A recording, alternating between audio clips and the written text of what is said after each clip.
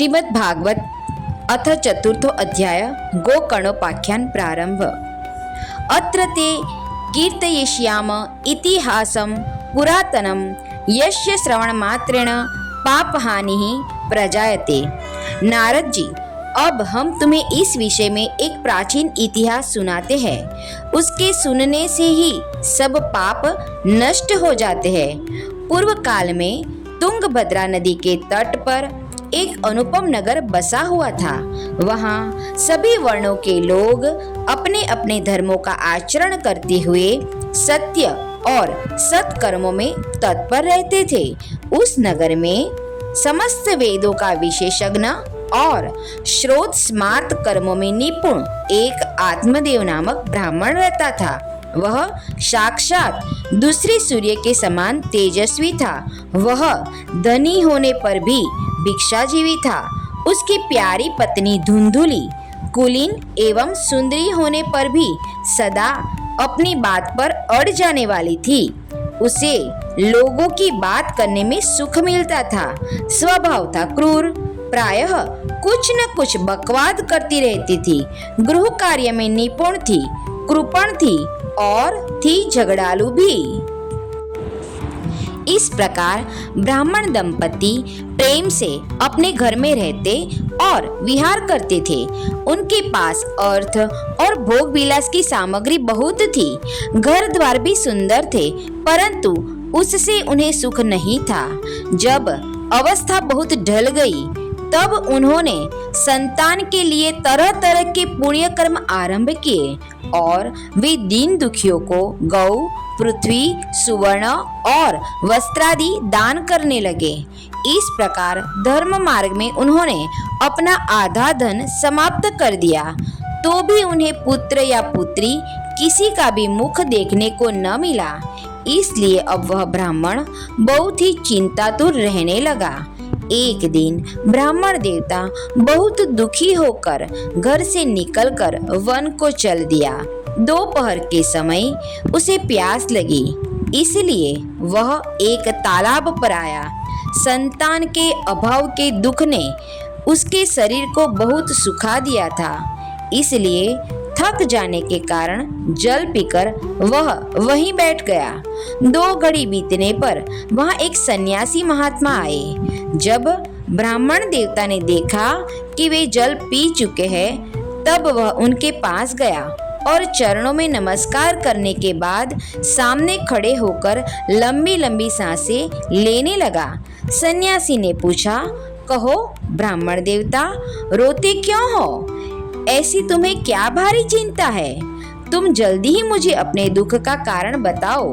ब्राह्मण ने कहा, महाराज, मैं अपने पूर्व जन्म के पापों से संचित दुख का क्या वर्णन करूं?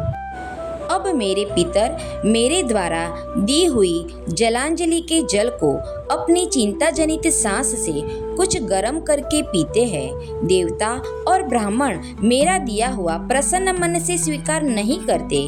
संतान के लिए मैं इतना दुखी हो गया हूँ कि मुझे सब सुना ही सुना दिखाई देता है। मैं प्राण त्यागने के लिए यहाँ आया हूँ। संतानहीन जीवन को धिक्कार है, संतानहीन गृह को धिक्कार है, संतानहीन धन को धिक्कार है और संतानहीन कुल को धिक्कार है। मैं जिस गाय को पालता हूँ वह भी सर्वथा बांझ हो जाती है। जो पेड़ लगाता हूँ उस पर भी फल फूल नहीं लगते। मेरे घर में जो फल आता है वह भी बहुत जल्दी सड़ जाता है। जब मैं ऐसा अभागा और पुत्रहीन हूँ, तब फिर इस जीवन को ही रखकर मुझे क्या करना है? यों कहकर वह ब्राह्मण दुख से व्याकुल हो उन सन्यासी महात्मा के पास फूट फूट कर रोने लगा। तब उन यतिवर के हृदय में बड़ी करुणा उत्पन्न हुई। वे योगनिष्ठ थे। उन्होंने उसके ललाट की रेखाएं देखकर सारा वृत्तांत जान लिया और फिर उसे विस्तार पूर्वक कहने लगे। सन्यासी ने कहा, ब्राह्मण देवता, इस प्रजा प्राप्ति का मोह त्याग दो। कर्म की गति प्रबल है। विवेक का आश्रय लेकर संसार की वासना छोड़ दो। विप्रवर सुनो, मैंने इस समय तुम्हारा प्रारब्ध देखकर निश्चय किया है कि 7 जन्म तक तुम्हारे कोई संतान किसी प्रकार नहीं हो सकती। पूर्व काल में राजा सगर एवं अंग को संतान के कारण दुख भोगना पड़ा था। ब्राह्मण, अब तुम कुटुंब की आशा छोड़ दो, संन्यास में ही सब प्रकार का सुख है। ब्राह्मण ने कहा, महात्मा जी, विवेक से मेरा क्या होगा? मुझे तो बलपूर्वक पुत्र दीजिए, नहीं तो मैं आपके सामने ही शोक मूर्छित होकर अपने प्राण त्यागता हूँ। जिसमें पुत्र स्त्री आदि का सुख नहीं है, ऐसा संन्यास तो सर्वथा नीरस ही है। लोक में सरस तो पुत्र पौत्रादि से भरा बुरा गृहस्थाश्रम ही है। ब्राह्मण का ऐसा आग्रह देखकर उन तपोधन ने कहा, विधाता के लेख को मिटाने का हठ करने से राजा चित्रकेतु को बड़ा कष्ट उठाना पड़ा था। इसलिए देव जिसके उद्योगों को कुचल देता है, उस पुरुष के समान तुम्हें भी पुत्र से सुख नहीं मिल सकेगा। तुमने तो बड़ा हठ पकड़ा है और अर्थी के रूप में तुम मेरे सामने उपस्थित हो। ऐसी दशा में मैं तुमसे क्या कहूँ? जब महात्मा जी ने देखा कि यह किसी प्रकार अपना आग्रह नहीं छोड़ता, तब उन्होंने उसे एक फल देकर कहा, इसे तुम अपनी पत्नी को खिला देना, इससे उसके एक पुत्र होगा। तुम्हारी स्त्री को 1 साल तक सत्य, शौच, दया, दान और एक समय एक ही अन्न खाने का नियम रखना चाहिए। यदि वह ऐसा करेगी तो बालक बहुत शुद्ध स्वभाव वाला होगा। यों कहकर वे योगीराज चले गए और ब्राह्मण अपने घर लौट आया। वहां आकर उसने वह फल अपनी स्त्री के हाथ में दे दिया और स्वयं कहीं चला गया। उसकी स्त्री तो कुटिल स्वभाव की थी। वह रो रो कर अपनी एक सखी से कहने लगी, सखी, मुझे तो बड़ी चिंता हो गई। मैं तो यह फल नहीं खाऊंगी। फल खाने से गर्भ रहेगा और गर्भ से पेट बढ़ जाएगा, फिर कुछ खाया पिया नहीं जाएगा। इससे मेरी शक्ति क्षीण हो जाएगी। तब बता, घर का धंधा कैसे होगा? और देववश यदि कहीं गांव में डाकुओं का आक्रमण हो गया तो गर्भिणी स्त्री कैसे भागेगी? यदि सुखदेव जी की तरह यह गर्भ भी पेट में ही रह गया तो इसे बाहर कैसे निकाला जाएगा? और कहीं प्रसव काल के समय वह टेढ़ा हो गया तो फिर प्राणों से ही हाथ धोना पड़ेगा। यों भी प्रसव के समय बड़ी भयंकर पीड़ा होती है। मैं सुकुमारी भला यह सब कैसे सह सकूंगी? मैं जब दुर्बल पड़ जाऊंगी तब ननद रानी आकर घर का सब माल मता समेट ले जाएगी और मुझसे तो सत्य शौचादि नियमों का पालन होना भी कठिन ही जान पड़ता है। जो स्त्री बच्चा जनती है उसे उस बच्चे के लालन पालन में भी बड़ा कष्ट होता है। मेरे विचार से तो वंध्या या विधवा स्त्रियां ही सुखी है। मन में ऐसे ही तरह तरह के कुतर्क उठने से उसने वह फल नहीं खाया और जब उसके पति ने पूछा, फल खा लिया? तब उसने कह दिया, हाँ, खा लिया। एक दिन उसकी बहन अपने आप ही उसके घर आई। तब उसने अपनी बहन को सारा वृतांत सुनाकर कहा कि मेरे मन में इसकी बड़ी चिंता है। मैं इस दुख के कारण दिनों दिन दुबली हो रही हूँ। बहन, मैं क्या करूँ? बहन ने कहा, मेरे पेट में बच्चा है। प्रसव होने पर वह बालक मैं तुझे दे दूंगी। तब तक तू गर्भवती के समान घर में गुप्त रूप से सुख से रह।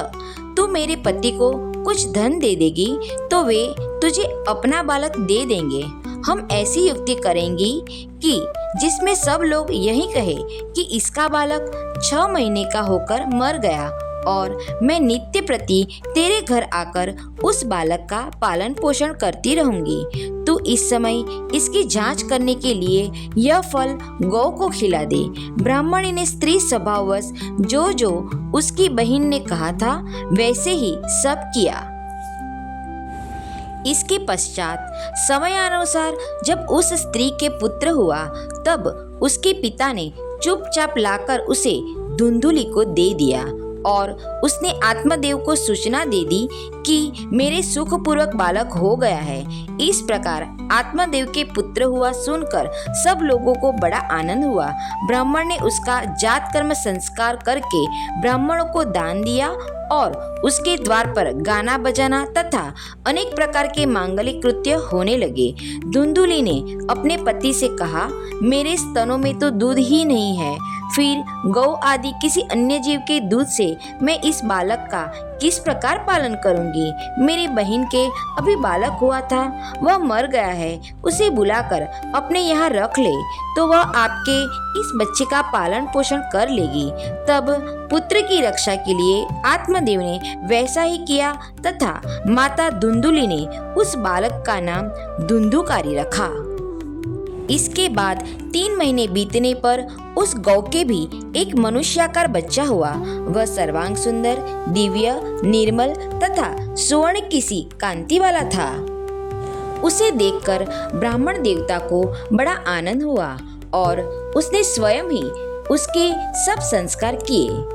इस समाचार से और सब लोगों को भी बड़ा आश्चर्य हुआ और वे बालक को देखने के लिए आए तथा आपस में कहने लगे, देखो भाई, अब आत्मदेव का कैसा भाग्य उदय हुआ है। कैसे आश्चर्य की बात है कि गौ के भी ऐसा दिव्य रूप बालक उत्पन्न हुआ है। देव योग से इस गुप्त रहस्य का किसी को भी पता न लगा। आत्मदेव ने उस बालक के गौ के से कान देखकर उसका नाम गोकर्ण रखा। कुछ काल बीतने पर वे दोनों बालक जवान हो गए। उनमें गोकर्ण तो बड़ा पंडित और ज्ञानी हुआ, किंतु धुंधुकारी बड़ा ही दुष्ट निकला। स्नान शौचादि ब्राह्मणोचित आचारों का उसमें नाम भी न था और न खान पान का ही कोई परहेज था। क्रोध उसमें बहुत बड़ा चढ़ा था। वह बुरी बुरी वस्तुओं का संग्रह किया करता था। मुर्दे के हाथ से छुआया हुआ अन्न भी खा लेता था। दूसरों की चोरी करना और सब लोगों से द्वेष बढ़ाना उसका स्वभाव बन गया था। छिपे छिपे वह दूसरों के घरों में आग लगा देता था। दूसरों के बालकों को खिलाने के लिए गोद में लेता और उन्हें चट कुएं में डाल देता। हिंसा का उसे व्यसन सा हो गया था। हर समय वह अस्त्र शस्त्र धारण किए रहता और बेचारे अंधे और दीन दुखियों को व्यर्थ तंग करता। चांडालों से उसका विशेष प्रेम था। बस हाथ में फंदा लिए कुत्तों की टोली के साथ शिकार की टोह में घूमता रहता। वैश्याओं के जाल में फंसकर उसने अपने पिता की सारी संपत्ति नष्ट कर दी। एक दिन माता पिता को मार पीट कर घर के सारे बर्तन भांडे उठा ले गया। इस प्रकार जब सारी संपत्ति स्वाहा हो गई तब उसका कृपण पिता फूट फूट कर रोने लगा और बोला, इससे तो इसकी माँ का बांझ रहना ही अच्छा था। कुपुत्र तो बड़ा ही दुखदाई होता है। अब मैं कहाँ रहूं, कहाँ जाऊं? मेरे इस संकट को कौन काटेगा? हाय, मेरे ऊपर तो बड़ी विपत्ति आ पड़ी है। इस दुख के कारण अवश्य मुझे एक दिन प्राण छोड़ने पड़ेंगे। उसी समय परम ज्ञानी गोकर्ण जी वहां आए और उन्होंने पिता को वैराग्य का उपदेश करते हुए बहुत समझाया। वे बोले, पिताजी, यह संसार असार है। यह अत्यंत दुख रूप और मुंह में डालने वाला है। पुत्र किसका, धन किसका? स्नेहवान पुरुष रात दिन दीपक के समान जलता रहता है। सुख न तो इंद्र को है और न चक्रवर्ती राजा को ही। सुख है तो केवल विरक्त एकांत जीवी मुनि को। यह मेरा पुत्र है, इस अज्ञान को छोड़ दीजिए। मोह से नरक की प्राप्ति होती है। यह शरीर तो नष्ट होगा ही, इसलिए सब कुछ छोड़कर वन में चले जाइए। गोकर्ण के वचन सुनकर आत्मदेव वन में जाने के लिए तैयार हो गया और उनसे कहने लगा, बेटा, वन में रहकर मुझे क्या करना चाहिए, यह मुझसे विस्तार पूर्वक कहो। मैं बड़ा मूर्ख हूँ। अब तक कर्मवश स्नेह पास में बंधा हुआ अपंग की भांति इस घर रूप अंधेरे कुएं में ही पड़ा रहा हूँ। तुम बड़े दयालु हो, इससे मेरा उद्धार करो। गोकर्ण ने कहा, पिताजी, यह शरीर हड्डी, मांस और रुधिर का पिंड है। इसे आप मैं मानना छोड़ दे और स्त्री पुत्रादि को अपना कभी न माने। इस संसार को रात दिन क्षण भंगुर देखे, इसकी किसी भी वस्तु को स्थायी समझकर उसमें राग न करे, बस एकमात्र वैराग्य रस के रसिक होकर भगवान की भक्ति में लगे रहे।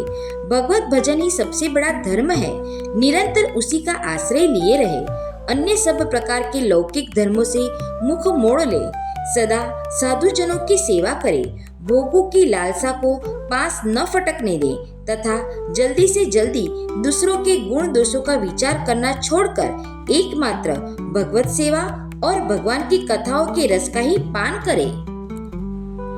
इस प्रकार पुत्र की वाणी से प्रभावित होकर आत्मदेव ने घर छोड़ दिया और वन की यात्रा की। यद्यपि उसकी आयु उस समय 60 वर्ष की हो चुकी थी, फिर भी बुद्धि में पूरी दृढ़ता थी।